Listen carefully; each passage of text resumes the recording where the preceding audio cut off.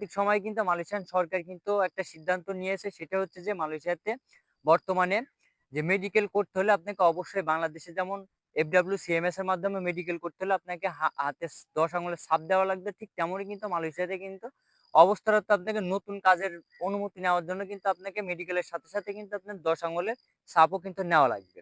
এইটার কারণে এবং বিভিন্ন কারণে যেমন মালয়েশিয়াতে যে ২০২২ এবং ২৩ সালের কলিং ভিসাতে যে ১৮,০০০ কর্মী বা প্রায় ১৭,৯৯০ জন কর্মী বলেন আর ১,২৬,০০০ এর উপরে যেটাই বলেন না কেন, যারা আসতে পারছিল না তাদের একটা জটিলতার কারণে এখন আপনারা অনেকে হয়তো চিন্তা করতেছেন যে দালালের কাছে বই দিয়েছেন বা এজেন্সির কাছে বই দিয়েছেন, বইটা আসলে ফেরত নেবেন বা অনেকে আছেন আপনারা টাকা পয়সাও দিয়ে ফেলেছেন।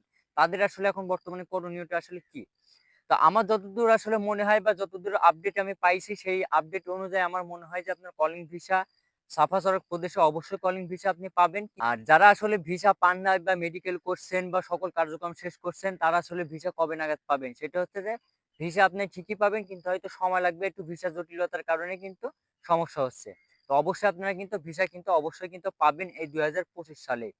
তো ভিউয়ার্স আজকের ভিডিওটা এই পর্যন্তই ছিল। যদি ভিডিওটা ভালো লেগে থাকে তো অবশ্যই চ্যানেলটি সাবস্ক্রাইব করতে ভুলবেন না এবং পাশে আসা বেল আইকনটি প্রেস করে দিবেন। যাতে পরবর্তী এমনই নিত্য নতুন মালয়েশিয়ান আপডেট ভিডিও সবার আগে পৌঁছে যায় আপনার কাছে। সে পর্যন্ত ভালো থাকবেন, সুস্থ থাকবেন। আসসালামু আলাইকুম।